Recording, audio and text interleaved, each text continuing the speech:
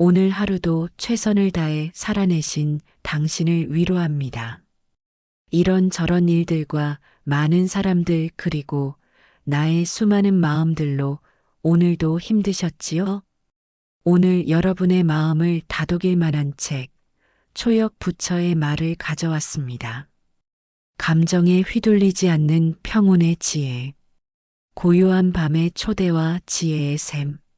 저자 코이케 류노스케가 현대인의 눈높이에 맞춰 부처님의 지혜로운 말씀을 풀어낸 책이죠.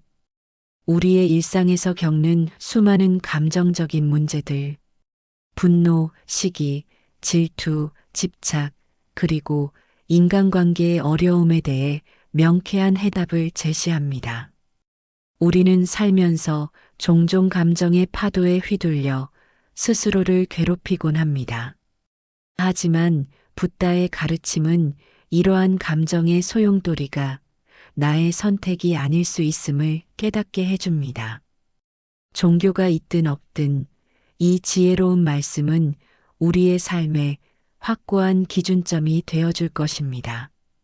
지금만큼은 복잡했던 생각들을 잠시 내려놓고 부처님의 지혜로운 말씀에 귀 기울이며 편안한 밤을 맞이해 보는 건 어떨까요? 이 시간을 통해 마음속 평온을 되찾는 여정에 함께 하시길 바랍니다. 감정의 독을 거부하고 나를 지키는 법. 험담, 인류의 스테디셀러입니다. 누군가에게 험담을 들었다면, 당신에 대한 안 좋은 얘기를 듣고 상처를 받았다면, 이 사실을 반드시 떠올려 보세요. 이 험담이라는 녀석은 먼 옛날부터 쭉 우리 곁에 있었다는 사실을 말입니다. 그 옛날에도 사람들은 타인을 평가하고 비난했습니다. 가만히 잠자코 있는 사람에게는 왜 이렇게 조용해? 무뚝뚝하다고 욕을 했고, 말을 많이 하는 사람에게는 저 사람은 너무 수다쟁이야라고 비난했습니다. 더 나아가 예의를 갖춰 정중하게 말하는 사람조차 뭔가 꿍꿍이가 있는 게 아닐까라는 악평을 받았습니다. 이처럼 어떤 식으로 행동하든 타인의 입방아는 끊임없이 존재해 왔습니다. 누군가가 나에 대해 안 좋은 얘기를 하고 다닌다는 것을 알게 되면 기분이 좋을 리 없죠. 왜 내 욕을 하고 다니지?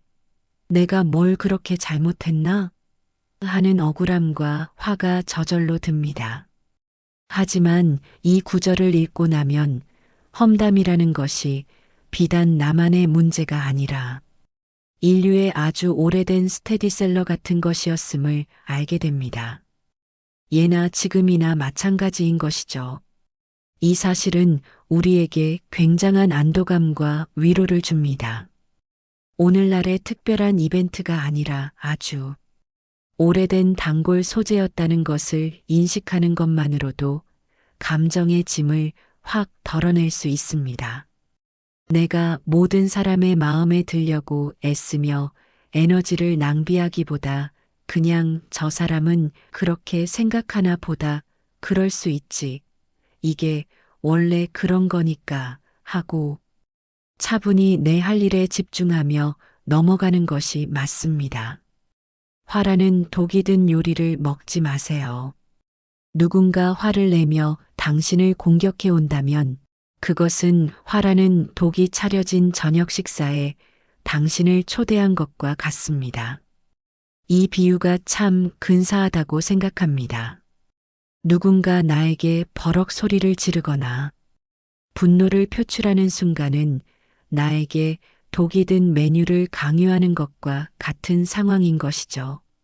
만일 당신이 냉정함을 잃지 않고 화내지 않는다면 당신은 그 화라는 이름의 요리를 먹지 않고 돌아갈 수 있습니다. 그렇게 되면 당신이 손도 대지 않은 그 독은 화를 낸 사람의 마음 속에 고스란히 남게 됩니다. 결국 그 사람은 홀로 화라는 독이 든 요리를 먹고 스스로 무너질 것입니다. 상대방이 아무리자 이 분노의 특선 요리 한번 맛보시죠. 하고 강요를 한다고 해도 당신은 정중하게야 제가 지금 소화가 요즘 잘 안 돼서요. 마음만 받을게요 하고 거절할 수 있습니다. 일상에서 이 화라는 이름의 메뉴는 생각보다 자주 우리에게 대접하려고 들이밀어집니다. 운전하다가 갑자기 끼어드는 차를 만났을 때, 혹은 오해로 인해 날선 말을 들었을 때 등 말입니다.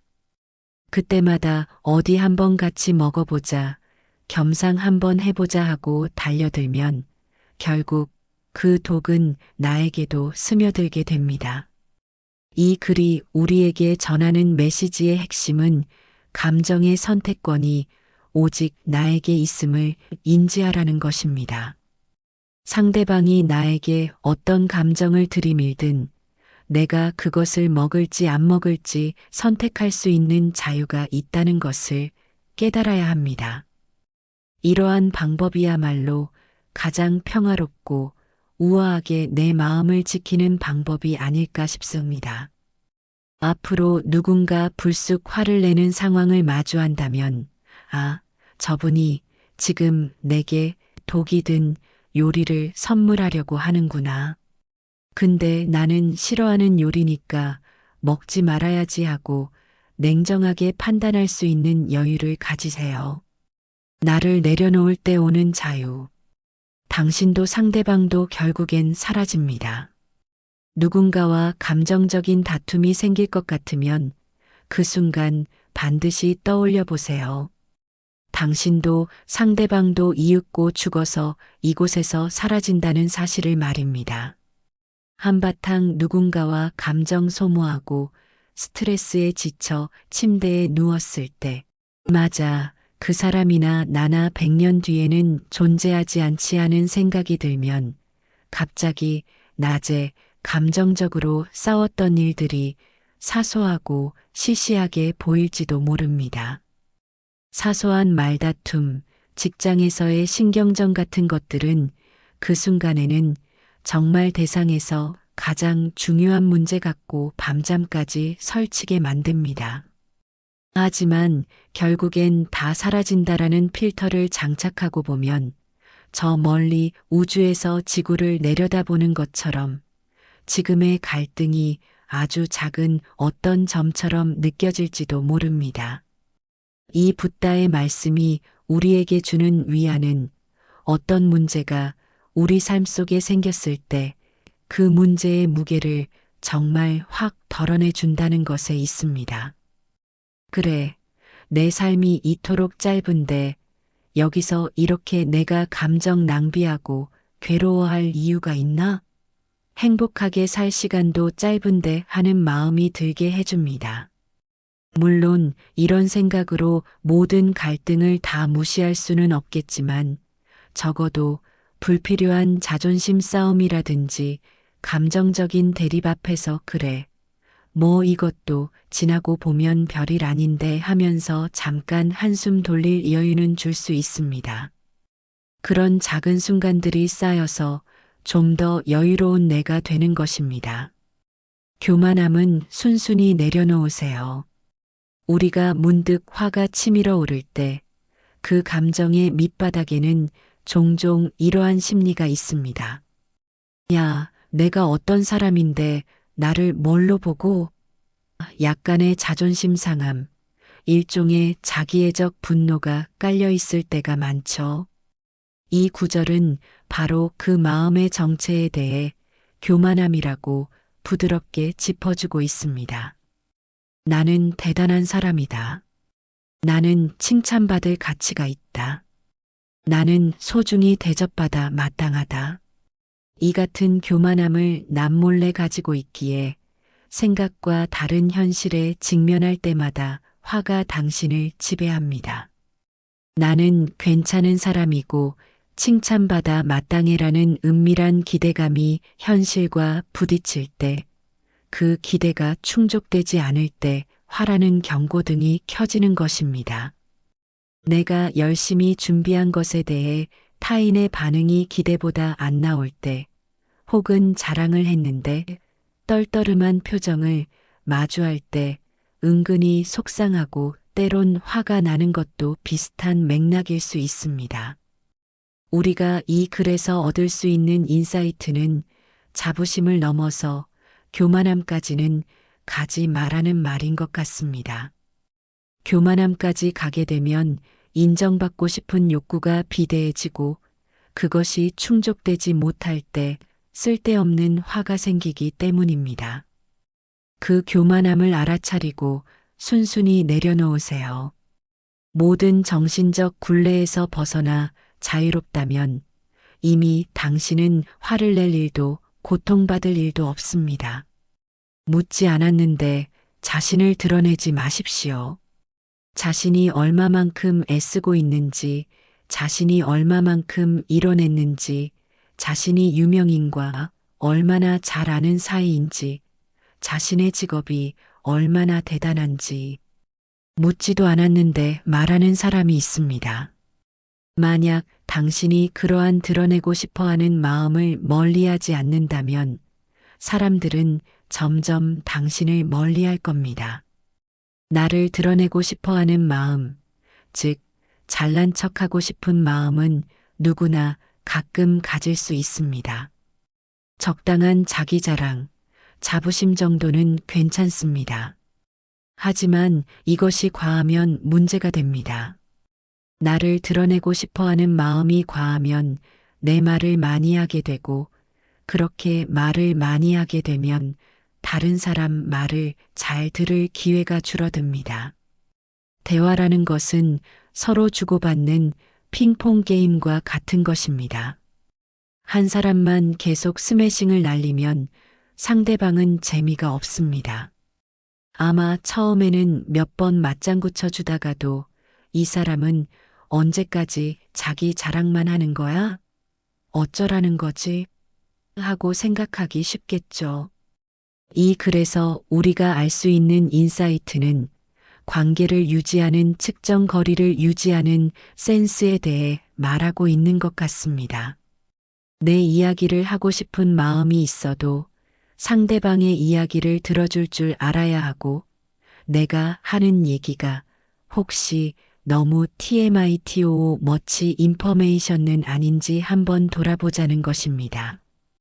어쩌면 진짜 매력 있는 사람은 자기가 얼마나 대단한지 이야기하는 사람이 아닐 것입니다. 오히려 상대방의 얘기에 귀 기울여주고 꼭 필요할 때만 자기 얘기를 하는 사람일 겁니다. 나를 드러내고 싶은 마음이 살짝 올라올 때마다 이 구절을 떠올리며 아, 지금은 안 돼. 이러지 마. 이건 어리석은 사람이야. 매력 있는 사람이 아니야 라고 스스로에게 신호를 보내는 연습이 필요합니다. 집착의 쇠사슬을 끊어내다. 누구의 것임을 잊어버리는 행복. 이 아이디어는 나의 독창적인 것이다. 내가 졌다. 이건 저 녀석의 의견이다. 헐뜯어주마. 누구의 것이라는 편협한 관점을 가지면 당신의 마음은 세상 일을 나와 남이라는 대립관계로만 보게 되기에 괴로워집니다. 요즘처럼 정보가 과잉된 시대에 100% 순수 나만의 것이라는 것이 얼마나 있을까요? 우리가 내는 아이디어도 결국 내가 읽은 책, 누군가와 나눈 대화, 경험한 것들의 조합일 것입니다. 그런데도 그것을 굳이 가져와서 그건 내 아이디어야, 내 거야 하고 딱딱 선을 긋기 시작하면 그때부터 마음속에 경쟁심이나 질투의 감정 혹은 빼앗겼다는 억울함이 들 겁니다. 나의 것과 남의 것, 이 두 가지를 잊을 수 있다면 설령 아무것도 가지지 않아도 행복한 마음으로 지낼 수 있습니다. 내 거, 내 아이디어, 내 생각 같은 나 중심에서 벗어나려고 노력하면 쓸데없는 괴로움이 줄어들 것입니다. 완전히 벗어날 수는 없겠지만 어느 정도 거리를 두는 것만으로도 큰 변화가 일어날 수 있습니다. 나와 타인의 경계가 조금 희미해지는 삶, 그것이 가장 행복하고 평화로운 삶이 아닐까 생각해 봅니다. 삐뚤어진 애정이라는 속박.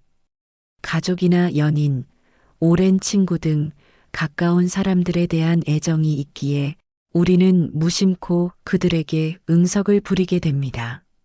날 소중히 여긴다면 이 정도는 당연히 해줄 것이라고 제멋대로 생각하며 기대지만 그 부푼 욕심은 대부분 채워지지 않고 기분만 우울해집니다.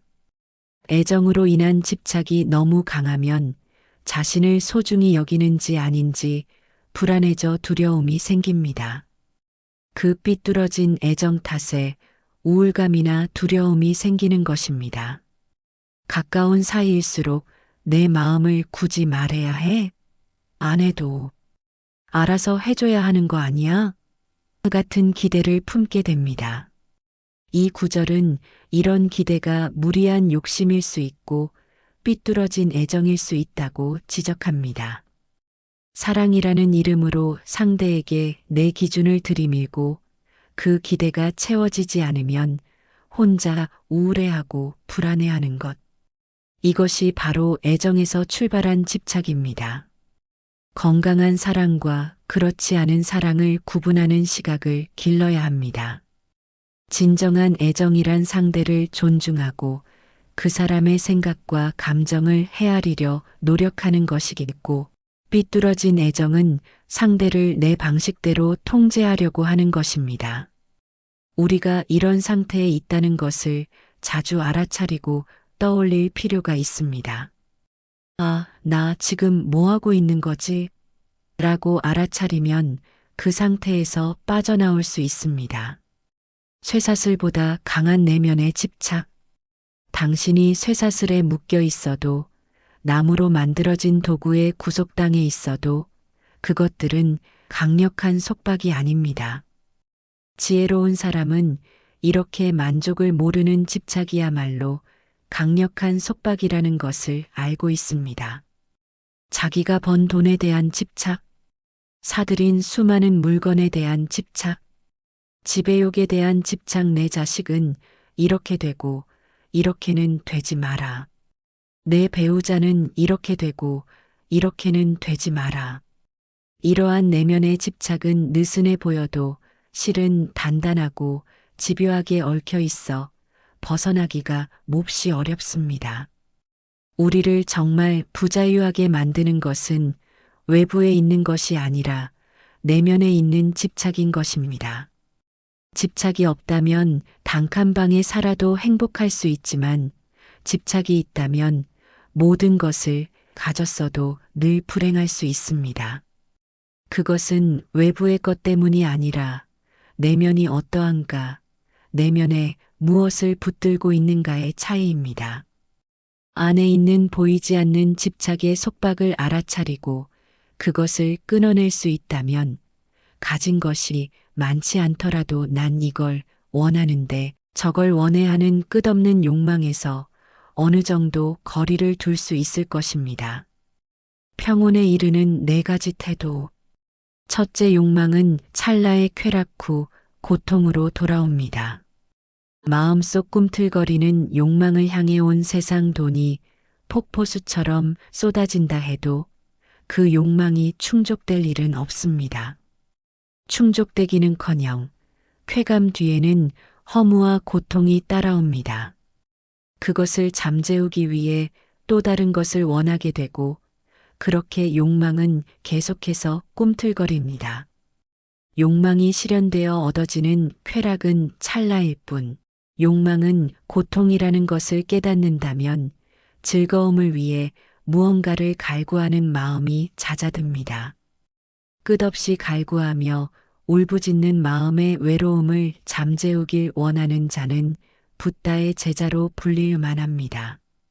그렇게 갖고 싶던 물건을 사고 났더니 그 기쁨이 금방 사라지는 것처럼 욕망은 내가 숨쉬고 살아있는 한 늘 꿈틀거리며 나 자신을 만족 없는 상태로 몰아갑니다. 야, 이걸로 만족이 돼? 저걸 못 이뤘는데 하는 속삭임으로 말이죠. 이 글이 주는 인사이트는 행복의 정의를 다시 내려보라는 제안 같아요. 끝없이 외부에서 뭔가를 채워 넣어야 하는 그런 행복 말고 내 안에 있는 그 갈구하는 마음을 잠재웠을 때 오는 잔잔한 행복도 있습니다. 물론 완전한 무욕으로 사는 건 불가능하겠지만 내 안에 있는 이 욕망이 나를 고통스럽게 만들 수도 있겠다는 것을 인지하는 것만으로도 우리는 마음의 균형을 이룰 수 있습니다. 둘째, 논쟁의 유혹에 넘어가지 마세요. 자신의 사고방식에 얽매여 있는 사람이 오직 내 생각이 진리이고 당신은 틀렸다며 논쟁을 걸어온다면 어떻게 대응해야 할까요? 과연 그렇게 생각할 수도 있겠다. 당신이 그렇게 생각하는 마음도 알 것 같다고 말하고 받아 넘기세요. 상대가 싸우려는 마음으로 옮겨 붙어도 자기 생각에 얽매여 당신과 다투는 그 성가신 일을 하려는 사람은 여기 없다라는 듯 살짝 힘을 빼고 대응하세요. 이것이 바로 논쟁 배틀에 휘말리지 않고 아주 평화롭게 빠져나오는 오래된 방법입니다. 요즘 말로 하면 반박시 내 말이 다 맞음 신공이겠죠. 상대방이 이건 무조건 어야라고 달려들 때 무슨 소리야, 비가 질리지 하고 맞서는 대신 어라고 생각하는구나. 뭐 그렇게 생각하는 것도 일리가 있어. 내 말이 맞아 하고 한 발짝 물러서라는 얘기입니다. 그리고 나서도 상대방이 계속 없는 시비를 걸어와도 나는 당신과 이 주제로 감정 상할 생각이 전혀 없는데요 라는 무심한 태도를 계속 유지하면 되는 것입니다. 이런 처세야말로 불필요한 에너지 낭비와 마음의 상처를 사전에 막을 수 있는 방어막입니다. 기를 쓰고 논쟁에서 이기려고 애쓰다 보면 결국 감정만 상하고 아무것도 남지 않을 때가 많습니다. 자기 생각에 집착하는 마음을 버린다면 논쟁에서 오는 고통은 사라진다고 붓다는 말합니다. 결국 모든 논쟁은 내가 옳다는 집착 때문에 시작된다는 것입니다. 셋째, 상대에 맞춰 유연하게 이야기하세요. 전문 용어에 얽매이지 말고 이야기하세요. 실존의 끊임없는 유동성이 초언론적으로 구성된 동일성에 의해 회수되는 필연성이 어쩌고 저쩌고 같은 철학적 용어가 난무하는 말을 들으면 철학가가 아니면 대체 무슨 소리인지 알아듣지 못합니다. 이 비즈니스 모델의 솔루션은 당신의 모티베이션을 시스티매틱하게 그리고 엘레강스하게 캐치업한다 같은 비즈니스 용어로 당당하게 떠들어도 전문가가 아니면 왜 도통 무슨 말인가 하며 이해하지 못합니다. 우리가 아무리 대단한 지식이나 기가 막힌 아이디어를 가지고 있어도 상대방이 듣고 뭐라고요? 난 모르겠는데? 하는 표정이라면 그건 정말 아무 의미 없는 말일 겁니다. 이 짧은 글은 진정한 소통의 목적은 내가 아는 지식의 자랑이 아니라 상대방을 향한 진정한 이해라는 아주 기본적인 사실을 다시 한번 되새기게 해줍니다. 내가 이만큼 똑똑해를 보여주는 것이 중요한 것이 아니라 내 얘기가 상대에게 얼마나 잘 전달될 수 있는지 그리고 얼마나 서로 소통할 수 있는지가 핵심이라는 것이죠. 요즘 시대에는 참 똑똑하신 분들이 말을 더 쉽게 하시는 것 같습니다. 어려운 걸 쉽게 설명하는 능력이 진짜 실력인 것이죠. 어려운 정보라도 옆집 아저씨처럼 쉽게 얘기해주는 채널에 우리는 자연스레 구독 버튼을 누르게 됩니다.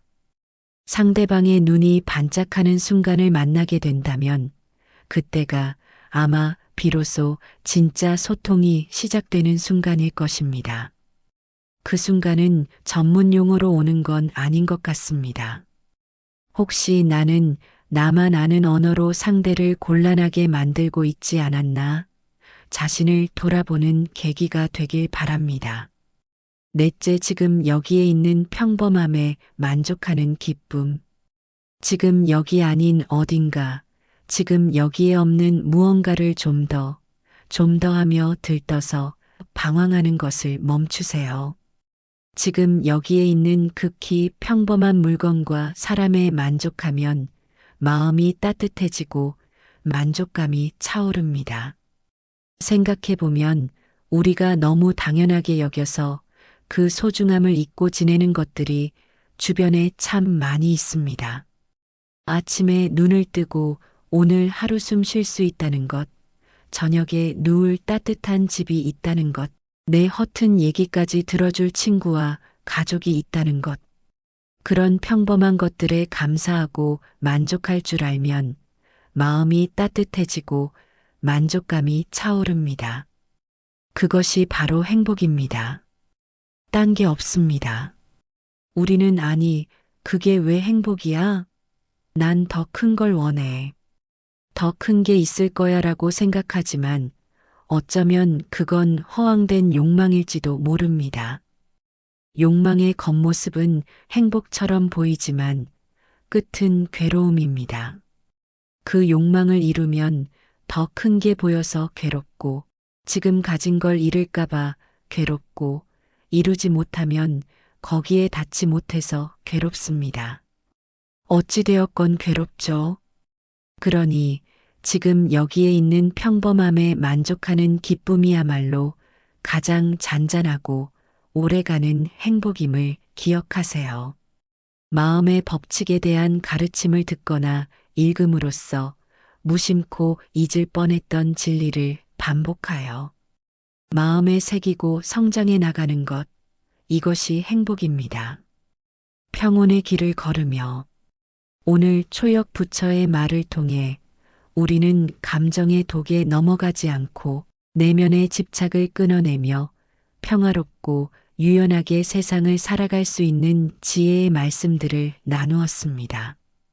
우리를 괴롭히는 것은 외부의 상황이 아니라 그 상황에 대한 우리의 교만함, 집착, 그리고 통제하려는 욕망임을 깨닫습니다. 이 모든 것을 순순히 내려놓을 수 있을 때 진정한 자유가 시작됩니다. 이 지혜로운 말씀이 여러분의 밤 혹은 새벽의 작은 위로와 평온의 순간이 되었기를 바랍니다. 늘 감사하고 건강하십시오. 도움이 되셨다면 구독과 좋아요 부탁드립니다.